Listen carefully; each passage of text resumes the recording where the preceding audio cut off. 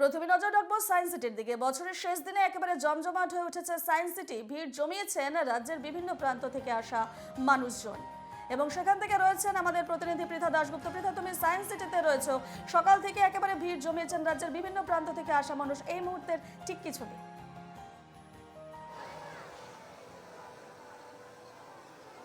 বর্ষা শেষ এবং বর্ষবরণ এই দুটো দিন কিন্তু সাধারণ মানুষের কাছে খুব স্পেশাল। 2024কে বিদায় এবং 2025কে নতুন করে স্বাগত।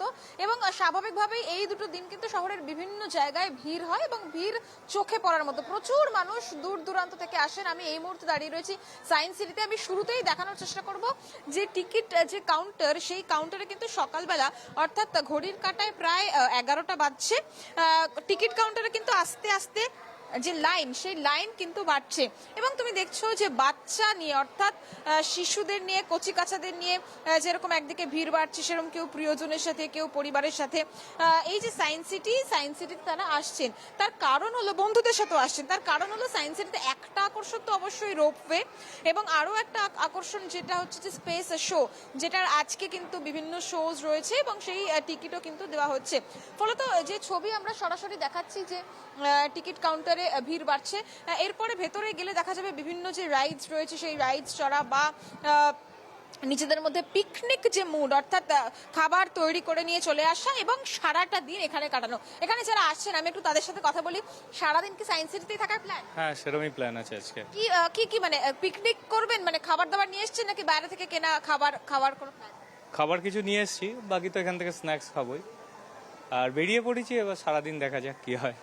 নতুন বছর, আমরা জানি যে নতুন বছরে অনেক চাওয়া পাওয়া থাকে, তো নিশ্চয়ই কিছু সেরকম চাওয়া পাওয়ার রেজলিউশন রয়েছে। হ্যাঁ, সেরকম তো আছেই, দেখা যাক কি হয় শেষ অবধি। শুধু সায়েন্স সিটি নাকি সায়েন্স সিটি করার পরে তারপরে ডিনার করে পার্ক স্ট্রিট হয়ে বাড়ি, এরকম কিছু প্ল্যান আছে? না, রাত্রিরে বাড়িতে একটু ফিস্ট থাকে, যেটা ওই জন্য যত তাড়াতাড়ি মিটিয়ে তারপরে বেরোনো যায়। এখন পরিবারের সাথে? এখন পরিবারের সাথে। ফলে তো এরকমই যে একদম প্ল্যানিং ভাগ করে নেওয়া। আরো আমি ছবি একটু দেখাবো যে এইভাবেই প্ল্যানিং ভাগ করে নেওয়া থাকে। সকালবেলা হয়তো বিভিন্ন জায়গায় ঘোরা, রাত্রিবেলা একদম বন্ধু বান্ধব পরিবারের সাথে সময় কাটানো। আরো যারা আছেন আমি একটুখানি কথা বলার চেষ্টা করব। সায়েন্স সিটি থেকে একদম আজকে সারাদিনই সায়েন্স সিটি থাকার প্ল্যানিং? হ্যাঁ, 3টে পর্যন্ত তো থাকছি আমরা। 3টে পর্যন্ত থাকছেন। কি প্ল্যান রয়েছে মোটামুটি সারাদিনটা? আজকে বছর শেষ, কিভাবে কাটবে? সায়েন্স সিটি পুরো ঘুরবো, মজা করবো। আমরা জামশেদপুর থেকে এসেছি, ব্যাস। হ্যাঁ, রাতে রাতে রাতে ফিরে যাবো আবার। জামশেদপুর ফিরে যাবে। তোমার কি প্ল্যান রয়েছে? সেম। কি খাওয়া দাওয়া আজকে স্পেশাল কি থাকবে? তার কারণ আজকে লাস্ট ডে বছরের, তো নিশ্চয়ই স্পেশাল কিছু মেনু থাকবে। দেখি কোথায় কি করি, জানি তো না, কেন কি প্রথমবার এসেছি কলকাতা, তাই। পছন্দ কি খাবারের মধ্যে, কোনটা স্পেশাল? চাইনিজ। আজকে নিশ্চয়ই মেনুতে চাইনিজ থাকবে। হ্যাঁ।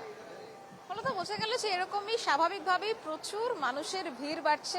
আর যত বেলা বাড়বে তত ভিড় বাড়বে। শীত যদি বলি, ঠান্ডার পারদ একটুখানি নেমেছে 15 ডিগ্রির কাছাকাছি, তবে জাঁকিয়ে শীত নয়, একটা প্লেজেন্ট ওয়েদার।